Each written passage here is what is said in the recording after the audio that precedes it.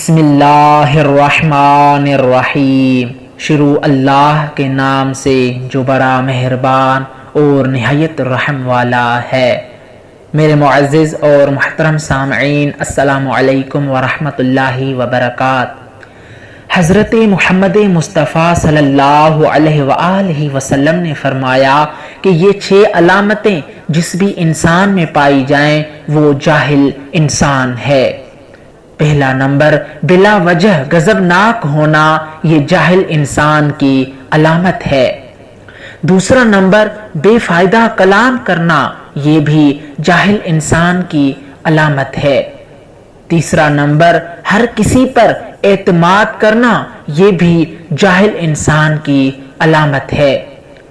چوتھا نمبر، جہاں پر عطیہ نہ دینا ہو وہاں پر بھی عطیہ دے دینا، یہ بھی جاہل انسان کی علامت ہے۔